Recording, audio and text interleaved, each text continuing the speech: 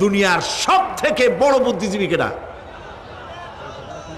মাশাআল্লাহ, আপনাদের ওয়াজ না শুনাইলেও হবে, আপনারা তো জানি ফেলাইছেন সব।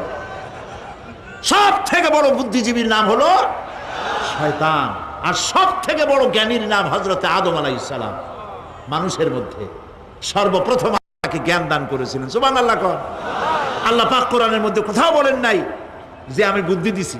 আল্লাহ পাক বলেছেন ওয়া আল্লামা আদামাল আসমাআ কুল্লাহা, আমি আদমকে সমস্ত জিনিসের জ্ঞান দিয়েছি, নামগুলা শিখাইছি। সুবহানাল্লাহ। ওয়ালাকাদ আতাইনা লুকমানাল হিকমা, আমি লোকমানকে জ্ঞান দান করেছি। ওয়ালাকাদ আতাইনা দাউদা ওয়া সুলাইমানা ইলমা, আমি দাউদ আর সুলাইমানকে কি দিছি? বুদ্ধি দিছি। কি দিছি? জ্ঞান দান করেছি।